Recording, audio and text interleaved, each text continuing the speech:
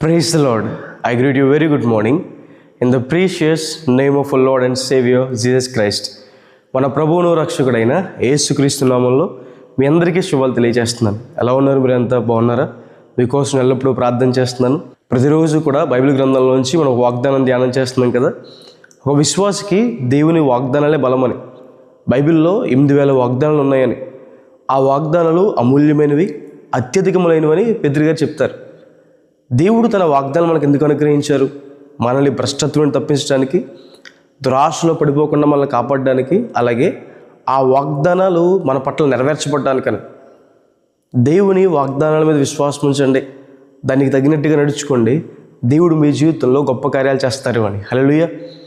ఈరోజు వాగ్దానం కోసం అందరూ ఎదురు చూస్తున్నారు కదా. నిర్గమాకాండము 23వ అధ్యాయం 25వ వచనం, నీ దేవుడైన యెహోవానే సేవింపబలను, అప్పుడైనా నీ ఆహారమును పానమును దీవించును, నేను నీ మధ్య నుండి రోగమును తొలగించెదను. హల్లెలూయా.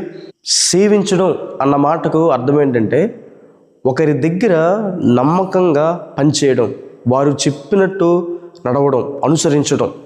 బైబిల్ సెలవిస్తుంది, ఏ దాసుడు కూడా ఇద్దరు యజమానుల్ని సేవించలేడని. అయితే ఒకరిని ప్రేమిస్తాడు, ఇంకొకరిని ద్వేషిస్తాడు. అయితే ఒకరి మాటకు లోబడతాడు, ఇంకొకరి మాటను తృణీకరిస్తాడు. ఏ వ్యక్తి కూడా డబ్బుని దేవుణ్ణి సేవించలేరు. అయితే ఒక వ్యక్తి దేవుణ్ణి సేవిస్తాడు, లేదంటే డబ్బుని సేవిస్తాడు. అయితే ఒక వ్యక్తి దేవుణ్ణి సేవిస్తాడు, లేదంటే పాపాన్ని సేవిస్తాడు. అయితే ఒక వ్యక్తి దేవుణ్ణి సేవిస్తాడు, లేదంటే మనుషులు సేవిస్తాడు. ఇద్దరికీ ఒకే స్థానం ఎవరు కూడా ఇవ్వలేరు. దేవుణ్ణి పై స్థానంలో పెడితే పాపాన్ని, లోకాన్ని, మిగతా వాటిని కింద స్థానంలో పెడతాం. క్రీస్తు ప్రభువారిని సేవించడానికి మనకు నిర్దోషమైన మనస్సాక్షి కావాలని, ఎ క్లీన్ హార్ట్, శుద్ధమైన హృదయం కావాలి అని. ఆయన సేవించడానికి మనకు కావాల్సింది డబ్బు, చదువు, అందము, కులము, ఇవన్నీ కాదు. ఆయన సేవించడానికి మనకు కావాల్సింది శుద్ధమైన హృదయం. అది కూడా ఆయనే మనకు దయచేస్తారు ఆయన దగ్గరికి వస్తాయి. దేవుణ్ణి ఎలా సేవించాలి? బైబిల్ సెలవిస్తుంది, భయభక్తులు కలిగి మనం దేవుని సేవించాలి. భయము భక్తి కలిగి మనం దేవుని సేవించాలి. గౌరవప్రదమైన భయభక్తులు కలిగి మనం ఉండాలి అని.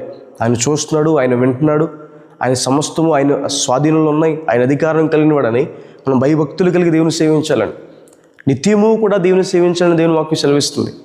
కష్టాలు, శ్రమలు వచ్చినప్పుడు మాత్రమే ప్రార్థన చేయడం, వాక్యం చదవడం మాత్రమే కాదు, అన్నీ ఉన్నప్పుడు కూడా దేవుని సేవించాలి. కొంతమంది అన్నీ ఉన్నప్పుడు దేవుని సేవిస్తారు, కష్టాలు వచ్చినప్పుడు దేవుని సేవించడం మానేస్తారు. మనం అలా ఉండకూడదు. అన్ని పరిస్థితుల్లో మనం దేవుణ్ణి సేవించాలని. దేవుడు కొన్నిసార్లు అన్నీ ఇచ్చి మనల్ని పరీక్షిస్తారు, కొన్నిసార్లు అన్నీ తీసుకుని మనల్ని పరీక్షిస్తారు. అబ్రహాం గారికి దేవుడు అన్నీ ఇచ్చి పరీక్షించారని, యోబు గారికి దేవుడు అన్నీ తీసుకుని పరీక్షించారు. దానియేలు కోసం రాజు మాట్లాడుతూ ఇలా అంటారు, నువ్వు నిత్యము సేవిస్తున్న దేవుడు నిన్ను కాపాడాడా అని. దానియేలు దేవుడిని నిత్యము సేవించాడని. దానియేలు బబులోను సామ్రాజ్యంలో ప్రధానమంత్రిగా ఉన్నప్పుడు దేవుని సేవించాడు. ప్రార్థన చేస్తే సింహభూమిలో వేసేస్తారు అన్నప్పుడు కూడా దేవుని సేవించాడు. కష్ట సమయంలో కూడా దానియేలు దేవుని సేవించాడు. నిత్యము సేవించాడు కాబట్టి దానియేలు కాపాడబడ్డాడని. దేవుణ్ణి ఆసక్తి కలిగి మనం సేవించాలని, ఆత్మీయ తీవ్రత గల వారమే మనం దేవుని సేవించాలని. ఈ లోకంలో చాలా వాటి మీద ఆసక్తి చూపిస్తాం. కొన్నిసార్లు వ్యర్థమైన వాటి మీద మనం ఆసక్తి చూపిస్తాం.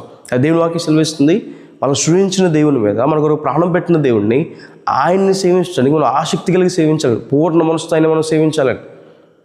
దేవుడు మన కొరకు చేసే ప్రతిదీ కూడా ఆసక్తి కలిగి చేస్తాడు కాబట్టి ఆయన ఆసక్తి కలిగి మన కొరకు ప్రాణం పెట్టాడు. వృద్ధి క్షేమాన్ని దేవుడు మనకు ఆసక్తి కలిగి ఇస్తాడని వాగ్దానం చేశాడు. ఆయన మన పట్ల ఆసక్తి కలిగి ఉన్నాడు కాబట్టి ఆయన్ని కూడా మనం ఆసక్తి కలిగి సేవించాలి అని. హల్లెలూయా. ఇప్పుడు దేవుణ్ణి అలా సేవిస్తే మనకు కలిగే మేలేంటి? ఆయన మనకున్న ఆహారాన్ని, పానీయాన్ని దీవిస్తాడు. మనకున్నది కొంచెమైనా లేదా ఎంతైనా దాని మీద దేవుని దీవెన ఉంటే మనకు ఆశీర్వాదకరం.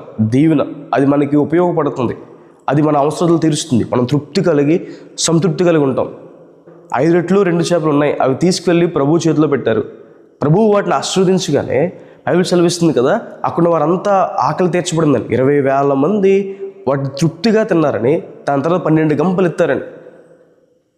మీ దగ్గర కొంచెమే ఉన్నా దేవుని దీవెన ఆశీర్వాదం ఉంటే మీ అవసరం అంతా తీర్చబడుతుందని, మీరు తృప్తి కలిగి, సంతృప్తి కలిగి ఉంటారని. బైబిల్లో సమూయేలు గారు అంటారు, పట్టుదల కలిగి మీరు ఆయన సేవిస్తే దేవుడు ఫిలిష్తీయులపైన మీకు విజయాన్ని ఇస్తాడని. ఒకవేళ పదే ఒకే శోధనలో పడిపోతున్నారా, ఒకే అనారోగ్యంలో పడిపోతున్నారా, లేదా ఒకే చోట ఎన్నోసార్లు అవమానం గుండా, నిందల గుండా వెళ్తున్నారు ఒకే విషయంలో, మీరు పట్టుదల కలిగి దేవుని సేవిస్తే దేవుడు మీకు ఆ సమస్యలపైన విజయాన్ని ఇస్తాడని. విజయవంతమైన జీవితాన్ని దేవుడు మనకు అనుగ్రహిస్తాడు. మనల్ని ప్రేమించిన వారి ద్వారా మనకు అన్ని విషయాల్లో అత్యధికమైన విజయం ఉందని దేవుని వాక్యం సెలవిస్తుంది. ఆయన మనకి రోగాలను తొలగిస్తాడని, ఆయన మనల్ని స్వస్థపరుస్తారని, మంచి ఆరోగ్యం దేవుడు మనకి ఇస్తారు. మీరు ఏ బలహీనత గుండా వెళ్తున్నా ఆయన్ని మీరు సేవిస్తే దేవుడు మీకు నూతన బలాన్ని ఇస్తారని, ప్రతి విధమైన అనారోగ్యాన్ని కూడా దేవుడు స్వస్థపరుస్తారని దేవుని వాక్యం సెలవిస్తుంది. దేవుడు మీకు క్షేమాన్ని, సమాధానాన్ని కలగ చేస్తారని. కాబట్టి ఆయన మనం సేవిస్తే ఆయన మనల్ని దీవిస్తారు. ఆయన మన మధ్య నుండి అనారోగ్యాన్ని తొలగిస్తారు. ఆయన విజయాన్ని ఇస్తారు. మీ చదువుల్లో కావచ్చు, జాబ్స్లో కావచ్చు, అన్ని విషయాల్లో కూడా దేవుడు మీకు విజయాన్ని ఇస్తారు. అలాగే ఆయన మీకు సమాధానం ఇస్తారు. కాబట్టి ఆయన్ని సేవించండి. ఆయన్ని సేవించినప్పుడు, ఆయన దగ్గర మనం నమ్మకంగా ఉన్నప్పుడు, ఆయన మాటల ప్రకారం మనం జీవించినప్పుడు గొప్ప ఆశీర్వాదం మనం చూస్తాము అని హల్లెలూయా. ప్రార్థన చేసుకుందాం. చూడండి. సర్వశక్తిమంతుడా, జీవం గల దేవా యేసయ్యా, ప్రభువా మీకు వేలాది వేలాది వందనాలు యేసయ్యా.